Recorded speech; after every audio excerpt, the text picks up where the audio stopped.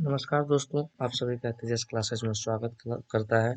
तेजस classes जो कि हमेशा आप लोगों का स्कूल का फ्रेंड रहा करता है। तो आज आपको 10वीं क्लास के सामाजिक विज्ञान के इतिहास चैप्टर का पहला चैप्टर का परफेक्ट वीवीआई क्वेश्चन के बारे में आपको अध्ययन कराया जा रहा है, जो कि आपको कम ही समय में 30 क्वेश्चन का अध्ययन कराएगा, जो कि सीधे सीधे बोर्ड क्वेश्चन में बोर्ड परीक्षा में बोर्ड एग्जाम में आपको पूछे जाने का ज़्यादा चांस है। तो चलिए हम बिना देरी किए हुए शुरुआत करते हैं। पहला क्वेश्चन है, इटली तथा जर्मनी वर्तमान में किस महादेश के अंतर्गत आते हैं? उत्तरी अमेरिका, दक्षिणी अमेरिका, यूरोप तथा पश्चिमी एशिया। तो इसका आंसर देखते हैं। इसका आंसर है यूरोप, यानी कि यूरोप महादेश में आते हैं। ठीक है, दूसरा क्वेश्चन की तरफ चलते हैं। तो फ्रांस में किस शासन वंश की पुनर्स्थापना फ्रांस में किस शासन वंश की पुनर्स्थापना वियना कांग्रेस द्वारा की गई? ऑप्शन है आपका हैप्सबर्ग, आलिया वंश, बूढ़े वंश, जारशाही। आपका आंसर है बूढ़े वंश। ठीक है, अब तीसरा क्वेश्चन तो मेजनी का संबंध किस संगठन से था? लाल सेना, कार्बोनरी, फिलिक हेटारिया और डाइट। इसका आंसर हम देखते हैं। इसका आंसर होगा कार्बोनरी। ठीक है, फिर चौथा क्वेश्चन की तरफ चलते हैं। इटली एवं जर्मनी के एकीकरण के विरोध निम्न में से कौन था? इंग्लैंड, ऑस्ट्रिया, रूस, प्रसा।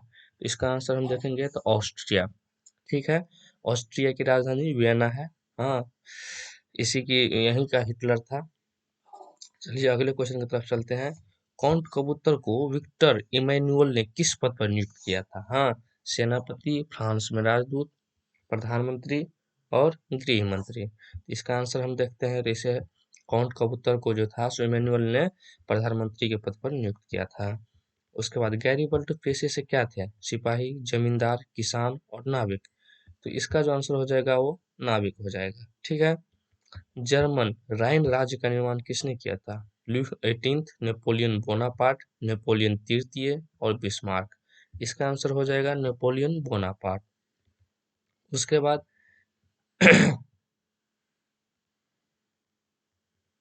जालबेरिन कैसी संस्था थी? क्रांतिकारियों की, व्यापारियों की, या विद्वानों की, या पादरी एवं सामंतों की। ठीक है, तो इसका आंसर हम देखेंगे। इसका आंसर हो जाएगा व्यापारियों की। ठीक है, इसके बाद है रक्त एवं लौह की नीति का अवलंबन किसने किया? मेजिनी, बिस्मार्क, हिटलर और विलियम प्रथम। रक्त एवं लौह की नीति, ये बहुत ही इम्पोर्टेंट क्वेश्चन है, बहुत ही महत्वपूर्ण क्वेश्चन है। ये हर वर्ष लगभग 2-3 वर्ष पर इस क्वेश्चन का रिपीटिशन हो ही जाता है। इसे आप लोग दिमाग में बैठा ही लीजिए। इसका आंसर जो होगा सो बिस्मार्क होगा। ठीक है, उसके बाद फ्रैंकफर्ट की संधि कब हुई थी? 1864, 1864 ईस्वी, या 66 ईस्वी, 1866 ईस्वी, 1870 या 1871। तो इसका आंसर हो जाएगा 1871 ईस्वी में। अभी हम सिर्फ आपको क्वेश्चन का डायरेक्ट आंसर बता रहे हैं, इसका कोई विश्लेषण नहीं, क्योंकि आप लोगों का बोर्ड परीक्षा बहुत ही नजदीक आने वाला है। तो आपको आप हमारे साथ जुड़े रहिए। हम आपको हर टॉपिक का, हर सब्जेक्ट का आपका इम्पोर्टेंट क्वेश्चन जो है सो हम उपलब्ध करवाएंगे। ठीक है, 11th क्वेश्चन पर चलते हैं। यूरोप वासियों के लिए किस देश का साहित्य एवं ज्ञान विज्ञान प्रेरणा स्रोत रहा? जर्मनी, यूनान, तुर्की, इंग्लैंड। आंसर हो जाएगा आपका यूनान। इसके बाद नेपल्स की क्रांति कब हुई थी? 1820 ईस्वी, 1821 ईस्वी, 1822 ईस्वी या 1823 ईस्वी। तो आपका आंसर जो है सो हो जाएगा 1821 ईस्वी। चार्टिस्ट आंदोलन कहाँ हुआ? France, Austria, Hungary, England. इसका आंसर हो जाएगा आपका इंग्लैंड में। ठीक है, यूनान को एक स्वतंत्र राष्ट्र घोषित कब किया गया? 1836 ईस्वी, 1832 ईस्वी, 1842 ईस्वी, 1830 ईस्वी। इसका आंसर हो जाएगा आपका 1832 ईस्वी में। कार्बोनरी संगठन किस वर्ष हुआ? ये भी बहुत इंपॉर्टेंट क्वेश्चन है। तो चलिए हम देखते हैं कार्बोनरी संगठन किस वर्ष हुआ। 1832 ईस्वी, 1815 ईस्वी, 1820 ईस्वी या 1831 ईस्वी। इसका आंसर देखते हैं।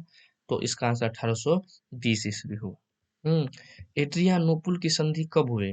1828 ईस्वी, 1830 ईस्वी या 1829 या 1931। इसका आंसर जो है सो हो जाएगा आपका 1829 ईस्वी। ये भी बहुत इंपॉर्टेंट क्वेश्चन है।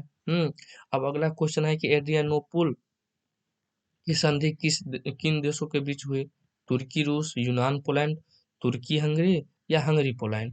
देखिए एड्रियानोपुल की संधि जो है सो आपको 1829 ईस्वी में हुई थी, और ये किन दो देशों के बीच हुई थी, तो इनका आंसर देखने के लिए हम यहाँ तो हम बता देंगे तुर्की और रूस के बीच हुई थी। सेडोन का युद्ध किनके बीच हुआ था? ऑस्ट्रिया और पर्सा के बीच, ब्रिटेन और फ्रांस के बीच, फ्रांस और पर्सा या पर्सा और रूस के बीच। तो सेडोन का युद्ध जो है सो फ्रांस और पर्सा के बीच हुआ था। उसके बाद किस देश का हंगरी पर पूर्ण आधिपत्य था? हंगरी, हंगरी की राजधानी बुडापेस्ट है दोस्तों। हाँ, किस देश का हंगरी पर पूर्ण आधिपत्य था? फ्रांस, ब्रिटेन, ऑस्ट्रिया या तुर्की? इसका आंसर जो हो जाएगा सो ऑस्ट्रिया हो जाएगा। ऑस्ट्रिया का हिटलर था, एडोल्फ हिटलर। पोलैंड के विद्रोह को किसने कुचल दिया? रूस, ब्रिटेन, ऑस्ट्रिया या फ्रांस? हाँ, तो इसका आंसर हो जाएगा आपका रूस। उसके बाद सन 1870 में फ्रांस और पर्सा के बीच युद्ध कहाँ हुआ था? फ्रांस और हाँ पर्सा के बीच युद्ध कहाँ हुआ था? सेडोन, सेडेवा, साइडोन और फ्रैंकफर्ट।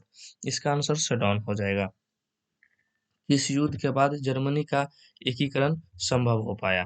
हाँ, क्रीमिया का युद्ध, सेडोवो का युद्ध, पर्सा डेनमार्क का युद्ध या सेडोन का युद्ध। तो इसका आंसर जो हो जाएगा सो आपको सेडन का युद्ध हो जाएगा। हाँ, उसके बाद अगला क्वेश्चन चलिए, यंग यूरोप का संस्थापक कौन था? मेजनी, गैरीबाल्दी, विक्टर इमानुएल और मुसोलिनी। इसका आंसर हो जाएगा मेजनी। ठीक, यूरोप का मरीज किसे कहा जाता है? ये बहुत ही इंपॉर्टेंट क्वेश्चन है। यूरोप का मरीज किसे कहा जाता है? तो यूरोप का मरीज तुर्की को कहा जाता है। ये तो आपको याद रखना ही है। चलिए इतना ही, आपको बहुत कम समय में हम आपको ये पूरा 25 क्वेश्चन अध्ययन करा दिए। हाँ, अगर आपको ये वीडियो अच्छा लगे तो आप इसको लाइक कीजिएगा और लास्ट में सब्सक्राइब जरूर कीजिएगा, और अपने दोस्तों को भी शेयर जरूर कीजिएगा। ठीक है दोस्तों, चलिए हम विदा लेते हैं। Okay, bye bye.